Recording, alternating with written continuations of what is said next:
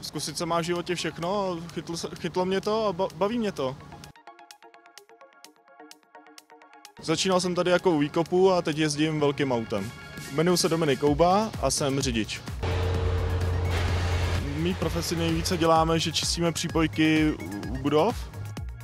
No, to je vlastně Axor, to je velký nákladák, který má na sobě nástavbu a ta čistí i saje. A to používáme hlavně na hlavní kanály, který čistíme, aby byly Budějce v co nejlepším stavu, no, kanalizačním. Pomáhá nám to moc, kvůli tomu, že nám to ulehčí práci, že jo? Protože čistit to rukama, to asi nechceme. A nejlepší je to prostě autem, protože je to mechanický a vyčistí to krásně.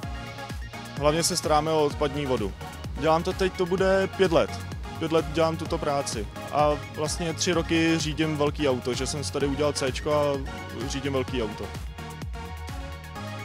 Každý den se dělá něco jiného, že to není takový stereotyp třeba jako v kanceláři, že se sedí u počítače, ale že tady vlastně se může dělat spoustu věcí, jo, že hlavně se pomáhá lidem a každý den je to jiná práce. No. Jednou jste u výkopu, jednou děláte kanalizaci a jednou děláte přípojky.